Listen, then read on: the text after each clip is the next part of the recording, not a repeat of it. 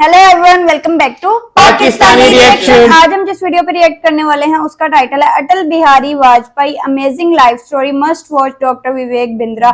तो इसके हमें काफी ज्यादा रिकमेंडेशन भी आ रही थी। वैसे भी डॉक्टर विवेक बिंद्रा की हमने पहले भी कुछ वीडियोस देखी हैं, बायोग्राफीज वगैरह देखी हैं, बहुत जबरदस्त और बताने का तरीका बहुत अच्छा होता है। और जिस पर्सनैलिटी को हम देखने वाले हैं उनकी भी अपनी ही एक इम्पोर्टेंस है। हमने उसमें देखा था खान सर की वीडियो में, काफी हमने देखा हुआ कि इन्होंने अपने टेन्योर में कितना अच्छा जो है ना वो सर्व किया हुआ है इंडिया को। और इंडिया वो जो एटमी पावर बना था हाँ, वो इन्हीं के टेन्योर हाँ, में उसमें काफी हेल्प आउट किया था। तो करते हैं स्टार्ट, डिस्कशन होने वाली है हमेशा की तरह। अमेजिंग एंड तक जुड़े रहिएगा, चैनल को सब्सक्राइब करें। हर पंछी की एक अपनी उड़ान की सीमा होती है। मेरी भी उड़ान की सीमाएं कैसे किया जाए असीमित गुणगान, जिसका किया जाना चाहिए असीमित गुणगान। किसका जन्मदिन है आज? श्री अटल बिहारी वाजपेयी जी का। नमस्कार, मैं Vivek Bindra, founder and CEO बड़ा बिजनेस.com। अटल बिहारी वाजपेयी जी आज के दिन 25 दिसंबर 1924 में आपका जन्म हुआ ग्वालियर के अंदर। पिता कृष्ण बिहारी वाजपेयी। आपने बीए की पढ़ाई करी ग्वालियर विक्टोरिया कॉलेज से। बाद में एमए पॉलिटिकल साइंस के लिए आप डीएवी कॉलेज कानपुर गए। एलएलबी की पढ़ाई की शुरुआत करी। पत्रकारिता के चलते आपने बीच में उसको छोड़ दी। पहले तो आप साम्यवाद पसंद करते थे, हम सब बराबर है, हम सब बराबर है। लेकिन बाद में बाबा साहब आमटे से प्रभावित होकर के 1939 में आप आरएसएस से जुड़े। गांधी जी के साथ में भारत छोड़ो आंदोलन में जुड़े। उस समय 1942-43 के आसपास आप 23 दिन जेल में भी रहे। और जब जेल में रहना पड़ा तो वही घटना आपको राजनीति में खींच लाई। एक अलग ही प्रकार की फिलॉसफी है, पॉलिटिशियन बियॉन्ड पॉलिटिक्स। इनकी फिलॉसफी समझिए, मैं आपकी गलतियों का विरोध करना नहीं छोड़ूंगा। आप गलती करोगे मैं विरोध करूंगा, आप गलती करोगे मैं विरोध करूंगा, लेकिन मैं आपको अपनी गलतियों के विरोध करने के अधिकार को भी छोड़ने नहीं दूंगा। हाँ, देखिए, ये ऐसे व्यक्ति थे जिनके कॉम्पिटिटर्स थे पर एनिमीज नहीं थे। पंडित नेहरू के विचारधारा को लगातार उसका खंडन करते, लेकिन बड़ी बैलेंस्ड अप्रोच रखते। ये पंडित नेहरू को बोलते थे कि आप एक ऐसे व्यक्ति हैं जिसमें चर्चिल भी है और चेम्बरलिन भी है। चर्चिल कौन थे? ये भी प्रधानमंत्री थे ब्रिटेन के, यूके के। कहते थे कि आपका बड़ा पीसफुल नेचर है चर्चिल की तरह। वो कैसे कि जब कश्मीर की बात आती है तो अब चर्चिल बन जाते हैं, और जब हैदराबाद के निजाम जो उस समय अपना अलग देश बनाना चाहते थे तो वहां पे आप चेम्बरलिन भी हो गए, जो बड़े गर्म स्वभाव के थे। चेम्बरलिन क्या थे? तो बोले मैं इतना गर्म हो गए कि जा करके आर्मी भेज के हैदराबाद को वापस भारत में मिला लिया, भारत से। तो नेहरू जी का वो हमेशा बड़ा बैलेंस्ड अप्रोच के साथ उनकी तारीफ भी करते थे, उनकी नीतियों की। उनको सन ऑफ इंडिया भी बोला, उनके विकास कार्यों की तारीफ भी करी। एक बार जब जिस समय साउथ ब्लॉक में पंडित नेहरू जी की फोटो लगा करती थी, ये विदेश मंत्री बने, तो किसी ने इनको इंप्रेस करने के लिए साउथ ब्लॉक से पंडित नेहरू जी की बड़ी फोटो को हटा दिया। और उन्होंने पूछा अपनी टीम से, वहां ब्यूरोक्रेट से, कहां गई भाई पंडित नेहरू जी की फोटो? और सब चुप थे। और अगले दिन वहां पे नेहरू जी की फोटो वापस लग गई। उस प्रकार के आदमी नहीं जैसे बाकी सब हुआ करते थे। जब ये विपक्ष में भी थे ना, तो भी पक्ष के साथ में देखते थे कि ये भारत के लिए बात हो रही है। जानते हैं 1971 के समय में इंदिरा गांधी आई थी और क्या बोली? गरीबी हटाओ, गरीबी हटाओ, गरीबी हटाओ। लेकिन वो ईस्ट पाकिस्तान वेस्ट पाकिस्तान के झगड़े में फंस गई। और उस समय बांग्लादेश, जो आज बांग्लादेश है, इन्फिल्ट्रेशन करके वहां से लाखों लोग अंदर आ रहे थे, क्योंकि वहां आपस के झगड़े इतने ज्यादा थे। और उस समय जब इंदिरा गांधी वहां प्रयास करने लगी तो भारत पे चार तरफ से अटैक हुआ। नौसेना के द्वारा आईएनएस विक्रांत, वो पिक्चर भी आपने देखी होगी, पीएनएस गाजी के ऊपर पिक्चर थी। आईएनएस विक्रांत और पीएनएस गाजी का चेन्नई के पोर्ट को वो कब्जा करना चाहते थे। वहां उनको पीएनएस गाजी को महासागर में डुबो दिया हमारी टीम ने। वो जैसलमेर में लोंगे वाला, वो सन्नी देओल की पिक्चर आई थी, उसके ऊपर अटैक हुआ। भारतीय 120 जवान थे केवल, पाकिस्तान के 3000 जवान पूरे टैंक लेकर के खड़े थे। वहां भी उखाड़ा। तीसरी लड़ाई उनकी जब कश्मीर में थी, और चौथी ढाका शहर के अंदर, जहां जनरल मियाजी को उन्होंने उखाड़ा। 93,000 सैनिकों को पूरा सबको वहीं सरेंडर करा दिया। इंदिरा गांधी क्यों कर पाई ऐसा? क्यों कर पाई? इसीलिए कर पाई क्योंकि वाजपेयी बोले कि ये देश की बात है, आप चिंता मत करिए। वहां विपक्ष उस समय इंदिरा गांधी को तंग करना चाहता था। वो ये कहते थे कि गरीबी हटाओ के चक्कर में आप कहां विदेश के झगड़ों में लग गए, बांग्लादेश के झगड़े में लग गए। लेकिन वाजपेयी ने कहा जब बात देश की आ रही तो सब चुप रहेंगे, पूरा का पूरा विपक्ष हमारे साथ एकजुट होकर आपको सपोर्ट करेगा। ऐसा नहीं आजकल के समय में जहां पे पूछा जाए बस सर्जिकल स्ट्राइक का प्रूफ दिखाओ, हमारे को प्रूफ दिखाओ, कोई प्रूफ नहीं मांगा। वहां पे प्रतिपक्ष होने के बावजूद आपके निर्णय के साथ विपक्ष खड़ा रहेगा, ये वाजपेयी जी ने कहा। हास्य में, रुदन में, तूफानों में, अमर असंख्यक बलिदानों में, उद्यानों में, वीरानों में, अपमानों में, सम्मानों में, उन्नत मस्तक उबरा सीना, पीड़ाओं में पलना होगा, कदम मिलाकर चलना होगा, कदम मिलाकर चलना होगा। ऐसा डाइवर्सिटी इंक्लूजन था। इसके अलावा पहले नॉन कांग्रेस प्राइम मिनिस्टर थे जिन्होंने 5 साल अपने पूरे किए, उससे पहले सरकारें आई हैं और चली गई हैं, लेकिन ये एक ऐसे व्यक्ति थे सबको साथ लेके चलते थे। डाइवर्सिटी इंक्लूजन, इतना सबको साथ लेने की क्षमता थी कि लोगों की आइडियोलॉजी अलग, ऑब्जेक्टिव अलग, एस्पिरेशन अलग, ये उनको जोड़ लेते थे। लीडर ऑफ लीडिंग लीडर्स को भी जोड़ लेते थे। एनडीए गवर्नमेंट का जब उन्होंने बनाया, जब लोग उनको समर्थन दे रहे थे, तो उसमें हर प्रकार के लोग थे। 24 पार्टियों को साथ में लिया। मेरी बात समझना, 24 आइडियोलॉजीज हैं, ये 24 फिलोसफीज हैं। हर लीडर को, 24 प्रकार के लीडर को, जो अलग अलग प्रकार से सोचता है, वो घोड़े से सब अलग दिशा में जा रहे हो, रथ को उल्टा के छोड़ेंगे, पर उन घोड़ों को भी साथ में कैसे लेके चलना है। ये जेडीयू और एलजेपी आपस में खूब लड़ते थे, लेकिन वाजपेयी जी के साथ एक साथ चुप होकर के उनके साथ हिस्सेदारी करते थे एनडीए को आगे बढ़ाने में। ये क्या कहते थे कि भाई पर्पस पोजीशन से ज्यादा बड़ा, कभी पोजीशन के चक्कर में नहीं रहे। एक ऐसी कहानी सुनाऊंगा, आपकी बुद्धि चकरा जाएगी। 1994 में जब कश्मीर मुद्दे में जेनेवा मानवाधिकार सम्मेलन में पाकिस्तान ने भारत की संप्रभुता को ललकारा था, बेनजीर भुट्टो ने जाके यूएन में शिकायत कर दी। वहां पे धारा 370 और कई प्रकार की बातें, और कश्मीरियों को हम तंग कर रहे हैं, ऐसा करके बेनजीर भुट्टो पहुंच गए यूएन में। अब नरसिम्हा राव सरकार थी उस समय 1994 में। अब नरसिम्हा राव जो थे ना, वो बहुत बुद्धिमान थे, लेकिन बोल नहीं पाते थे अच्छे से। अब उनको लगा यार जाके वहां कौन समझाए, वो जेनेवा कन्वेंशन में कौन जाके बोले और कौन उनके छक्के छुड़ाए। नरसिम्हा राव अपनी सरकार में पूरा ढूंढते रहे किसको भेजें किसको भेजें। अब समझिए, शत्रु ऐसा कि अपने मित्र से ज्यादा विश्वास शत्रु पर कर सके, ऐसे थे अटल बिहारी वाजपेयी। विपक्ष के नेता अटल बिहारी वाजपेयी की को डेलीगेशन का नेतृत्व करने का आग्रह किया गया, बोला आप चले जाओ भैया हमारी तरफ से।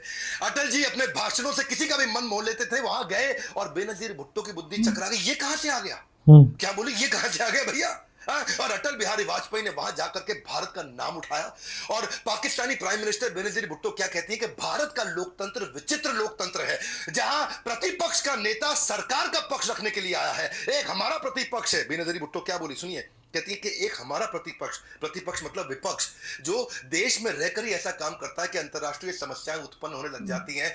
इतना विश्वास किया जाता है कि प्राइम मिनिस्टर का काम करने के लिए ऑपोजिशन के लीडर जा रहे हैं। दुश्मन बनो तो ऐसा बनो कि आपका दुश्मन भी आप पे अपने दोस्त से ज्यादा भरोसा करे। पीवी नरसिम्हा राव जी से उनकी जो दोस्ती थी ना, वो सदन के अंदर तो खूब उनका विरोध करते थे, उनकी नीतियों का, बाहर निकलने के बाद उनके साथ फिर उनकी दोस्ती होती थी। इतना सम्मान कर पाते थे लीडरशिप में, वो पॉलिटिक्स को कभी गंदा नहीं होने दिया। क्या कहते थे कि सत्ता का खेल तो चलेगा, सरकारें आएंगी जाएंगी, पार्टी बनेगी बिगड़ेगी, लेकिन ये देश रहना चाहिए, इस देश का लोकतंत्र अमर रहना चाहिए। खेल तो चलेगा, सरकारें आएंगी जाएंगी, पार्टियां बनेगी बिगड़ेगी, मगर ये देश रहना चाहिए, इस देश का लोकतंत्र अमर रहना चाहिए। आप जानते हैं कि जब उन्होंने अपनी 51 कविताएं उन्होंने किताब लिखी, तो उसका विमोचन भी उस समय के प्रधानमंत्री नरसिम्हा राव से कराया। ऐसा रिलेशनशिप बिल्ड कर पाते थे। 74 साल के इतिहास में पहली बार ऐसा हुआ कि पक्ष विपक्ष के लीडर आपस में अच्छे दोस्त थे। ऐसे थे कौन, प्रधानमंत्री हमारे श्री अटल बिहारी वाजपेयी जी। एक दफा की बात है, जिस समय doctor Manmohan Singh finance minister थे, और अटल बिहारी वाजपेयी ने उनकी सदन के अंदर जो वो निंदा करी, उनकी वो हालत करी, उन पर वो प्रश्न किए कि मनमोहन सिंह जी दुखी हो गए बहुत। उनको बात लग गई दिल पे। उन्होंने कहा जी मैं रिजाइन कर रहा हूं। समझिए क्या कहा, मैं रिजाइन कर रहा हूं। नरसिम्हा राव जी के पास चले गए। नरसिम्हा राव उनको समझाते रहे, अरे रुक जा भैया रुक जा, अरे रिजाइन करने की जरूरत नहीं है। लेकिन मनमोहन सिंह जी अड़ गए, अब तो मैं रिजाइन, मेरी बेइज्जती हो गई जी, मेरी बेइज्जती हो गई। और हुआ क्या, बाद में नरसिम्हा राव जी ने कहा कि यार हमारी पार्टी में तो कोई समझा नहीं पा रहा, वाजपेयी जी आप भी समझाओ, भाई रिजाइन ना करे। वाजपेयी जी उनको बोले पर्सनल मत लो, ये हमारा प्रोफेशनल है, ये तो हम केवल आपकी नीतियों के अगेंस्ट है, आपके अगेंस्ट थोड़ी है। और मनमोहन सिंह जी उनकी बात मान गए। अगर लीडर हो तो ऐसा लीडर हो कि आपका शत्रु भी अपने मित्र से ज्यादा विश्वास आप पे करे। 1998 में जब कांग्रेस की सरकार 270 वोट पे थी, बीजेपी था ये 269 पे था, इनकी सरकार गिर गई। पार्टी तोड़कर सत्ता हासिल करने का उनके ऊपर जो है आरोप लगा, और बोले कि क्या आप ये एक वोट को किस तरह से लेंगे। जब इस प्रकार के कुछ आरोप लगने लगे, तो उन्होंने शरद पवार की कहानी सुनाई कि शरद पवार कांग्रेस से अलग होकर के उन्होंने अपनी एनसीपी बनाई, पार्टी तोड़ के एनसीपी बनाई और महाराष्ट्र के सीएम बने। वो क्या बोले, पार्टी नहीं तोड़ेंगे हम, पार्टी को तोड़ के अगर सत्ता मिले तो मैं ऐसी सत्ता को हाथ लगाना तो दूर चिमटे से भी छूना पसंद नहीं करूंगा। शरद पवार ने अपनी पार्टी तोड़कर हमारे साथ सरकार बनाई थी, मैंने तो ऐसा कुछ नहीं किया। पार्टी तोड़कर सत्ता के लिए नया गठबंधन करके अगर सत्ता हाथ में आती है तो मैं ऐसी सत्ता को चिमटे से भी छूना पसंद नहीं करता। उस समय खैर कांग्रेस के लोगों पे बहुत हंसे थे और उन्होंने क्या कहा कि आज तुम मुझ पे हंस रहे हो ना, एक ऐसा समय आएगा जब पूरा देश तुम पे हंसेगा। वैसे उनकी कई बात 2014 और 2019 में सत्य हो ही गई। हाँ। 18 राज्यों के अंदर बीजेपी की सरकार आई और कांग्रेस केवल 52 सीटों पर सिमट के रह गई। 17 राज्यों में तो कांग्रेस अपना खाता भी नहीं खोल पाई। बहरहाल ये बात आज की ना कांग्रेस की है ना बीजेपी की है, ये बात उस लीडर की है जो अजात शत्रु है। धीरा धीर जना प्रिया प्रिया करो, क्या अर्थ हुआ? एक ऐसे लीडर था जिसे धीर अधीर दोनों पसंद करते थे। धीर वो जो स्टेबल माइंडसेट का है, अधीर वो जो बड़ा गुस्से वाला है, धीर वो जो मित्र हो, अधीर वो जो शत्रु हो। इनको सभी लोग बड़ा पसंद किया करते थे। ये एकमात्र ऐसे लीडर थे। 1976 का मैं एक किस्सा बताऊंगा आपको। श्रील प्रभुपाद जिन्होंने इस्कॉन की स्थापना करी थी, दुनिया भर में गीता सिखा रहे थे, उन्होंने अपने आज के जो चेयरमैन है इस्कॉन के, श्रील गोपाल कृष्ण गोस्वामी महाराज, उनको भेजा वाजपेयी जी से मिलने। उस समय वाजपेयी जी फॉरेन मिनिस्टर थे, ये इमरजेंसी की बात थी और विदेश मंत्री थे, और उनको जाके रिक्वेस्ट किया कि हमारे 500 शिष्य ऐसे हैं जो दुनिया भर में हैं, उनको हम इंडिया लाना चाहते हैं और यहाँ पे आकर के भगवत गीता सिखाएं और उनको रहने के लिए परमानेंट वीजा दे दें। वाजपेयी जी ने उनको इतना सम्मान दिया और जब भगवत गीता की बात आई तो वाजपेयी जी के इस सम्मान को देखा और उन्होंने आकर जब श्रील प्रभुपाद को बताया, श्रील प्रभुपाद ने वहीं पे उसी समय पे भविष्यवाणी कर दी थी कि ये व्यक्ति आगे चल के प्रधानमंत्री बनेगा। वैसे ये भविष्यवाणी तो पंडित नेहरू ने भी एक बार करी थी कि ये व्यक्ति जरूर प्रधानमंत्री बनेगा। जब उनकी स्पीच सुन करके वो बिल्कुल अवाक रह गए थे, हक्के बक्के रह गए थे। वाजपेयी जी की लीडरशिप बाय एग्जाम्पल थी। उन्होंने हमेशा जब वो सरकार में आए, देखिए एक बार तो 1980 में उन्होंने बीजेपी बनाई, 1984 में केवल 2 सीटें मिली। उस समय इंदिरा गांधी जी का देहांत हुआ था तो सबका सेंटिमेंट कांग्रेस की तरफ चला गया था। तब इनको केवल 2 सीटें मिली। 2 सीटों से ये आगे बढ़े धीरे धीरे। आगे चल के ऐसा समय 13 दिन की सरकार बनाई, फिर 13 महीने की सरकार बनाई और फिर 1999 से 2004 तक पहली सरकार नॉन कांग्रेस की जिसने अपना टर्म पूरा किया। बहरहाल जब ये पहली बार सत्ता में आए, आते ही इन्होंने पाकिस्तान को मैसेज दिया कि भैया तुम किसी को भी चुन सकते हो, अपना पड़ोसी नहीं चुन सकते। तुम्हारे पड़ोसी हम हैं, हमारे पड़ोसी तुम हो। कठिन समय में पड़ोसी के काम आता है, क्यों नहीं हम और आप एक हो जाएं और दोस्ती करें। 1999 में जो लाहौर में जो समझौता हुआ, उसके बाद उन्होंने सदाई सरहद नाम की एक बस सर्विस भी चालू करी दिल्ली से लाहौर तक। और क्या कहा कि जब तक दिल से दिल की दूरी रहेगी तभी तक रिश्तों में मजबूरी रहेगी। तो रिश्ते खराब नहीं करते, दिल को दिल के नजदीक लेके आते हैं। नवाज शरीफ से जाके मिले, अपने साथ क्रिकेटर कपिल देव को लेके गए, लोगों को क्रिकेट पसंद था। जावेद अख्तर लोगों को बड़े पसंद थे, वहां पे उर्दू के अंदर बड़ी प्यारी बातें वो करते थे। मल्लिका साराभाई को लेके गए, देवानंद एक्टर, उनकी मूवीज बड़ी चलती थी। लालू प्रसाद यादव की जो मीठी मीठी सी जैसी कॉमेडी भरी बातें हुआ करती थी। और इसके अलावा प्रकाश सिंह बादल जो किसानों के नेता हुआ करते थे। लेकिन पाकिस्तान तो पाकिस्तान है, जो एक बार गलती करे नादान, जो 2 बार गलती करे अनजान, लेकिन जो बार बार गलती करे वो शैतान, जो जिंदगी भर गलती करे वो पाकिस्तान ने जाके पीठ पे खंजर भोंक दिया और कारगिल पे कब्जा कर लिया। इधर से ये बस चलाते रहे और वहां से वो कारगिल को कब्जा करते रहे। दूसरे प्रधानमंत्रियों की तरह याद रखना, वाजपेयी थे भाई, ये दूसरे प्रधानमंत्रियों की तरह निंदा कर रहे हैं। मुंबई पर अटैक हुआ, कसाव आ गए, हम बड़ी निंदा करते हैं, कड़ी निंदा करते हैं। बोले निंदा फिंदा कुछ नहीं, जिंदा नहीं छोड़ूंगा। और पूरा कारगिल जीत के आए, सबको उखाड़ दिया। और इतना ही नहीं, मुंबई अटैक को तो छोड़ो, वहां तो केवल निंदा करते रहे। यहाँ पे इन्होंने, अमेरिका भी चिल्लाता रह गया, कोई बंदा नहीं लेकर के आएगा किसी प्रकार का परमाणु परीक्षण। और ये क्या किया इन्होंने, जाके अंडरग्राउंड चुपचाप, ऊपर से सर्वेलेंस चल रहा है, ऊपर से इनके सैटेलाइट घूम रहे हैं, सैटेलाइट में आधे घंटे का टाइम मिल रहा है, 1 घंटे का टाइम मिल रहा है। अंडरग्राउंड जाके पोखरन में पूरी तैयारी करी, भारत का सीना गर्व से ऊंचा किया। मालूम था सबको कि पाकिस्तान तैयारी कर रहा है। तो वाजपेयी जी बोले अब नहीं रुकेंगे, कुछ भी बोलता रहे यूएस खड़े होकर के तुम्हारे पे हम ऐसा कर देंगे। नहीं सुनी किसी की। 98 में पोखरन के अंदर ही सफल परमाणु परीक्षण किया, पूरे देश को खड़ा किया। उसके बाद जब लोगों ने बोला क्या करोगे, बोला बड़ा सिंपल सिद्धांत है, नो फर्स्ट यूज। क्या है? नो फर्स्ट यूज, पहले हम यूज नहीं करेंगे। पहल मैं करूंगा नहीं, दूल मैं छोड़ूंगा नहीं। वन मोर टाइम, पहल मैं करूंगा नहीं, दूल मैं छोड़ूंगा नहीं। डरता मैं किसी से नहीं, क्या हार में क्या जीत में, किंचित नहीं भयभीत में। 2004 में इन्होंने सोचा कि भाई इतने दिन से क्रिकेट बंद कर रखा है, हो गया कारगिल, बात पुरानी हो गई, वापस क्रिकेट के द्वारा रिलेशनशिप बनाते हैं। सौरव गांगुली को बुलाया और क्या बोले, पकड़ो बल्ला, मैच भी जीतिए और दिल भी जीतिए। ये रिश्ते बनाना जानते थे, लोगों को साथ लेके चलना चाहते थे। Politician beyond politics. एक और उदाहरण देता हूं, रामलीला के मैदान में ये कहानी बड़ी सुंदर। 1977 की बात थी, इमरजेंसी के अगेंस्ट उन दिनों उनकी पार्टी थी जनसंघ, तब बीजेपी नहीं थी। जनसंघ पार्टी को लीड करके रामलीला मैदान में जाते थे, हजारों लाखों लोगों को इमरजेंसी की नीतियों के खिलाफ जाके बात करे। इंदिरा सरकार में संजय गांधी जी ने दिलचस्प चाल चली। उन्होंने क्या किया कि भैया 1973 में बॉबी मूवी आई थी, एक सुपरहिट मूवी थी। है जी, हम तुम एक कमरे में बंद हो और चाबी खो जाए। लड़के लड़कियां बड़े एक्साइटमेंट से देखते थे, कमरे में हम और तुम बंद और चाबी खो जाए, बड़ा मजा आ जाए। और उस समय बॉबी जो है अपना बिकनी में आई थी उस समय, और बड़ी एक्साइटमेंट थी। संजय गांधी ने बोला आज संडे नहीं है, शायद उस दिन थर्सडे था, बोला आज थर्सडे के दिन इनके कोई पहुंचे नहीं रैली के अंदर, आज मूवी चला देते हैं। शाम को 5 बजे उन्होंने मूवी दूरदर्शन पे चालू कर दी। और लेकिन हुआ क्या, डिम्पल कपाड़िया की बिकनी भी लोगों को रोक नहीं पाई।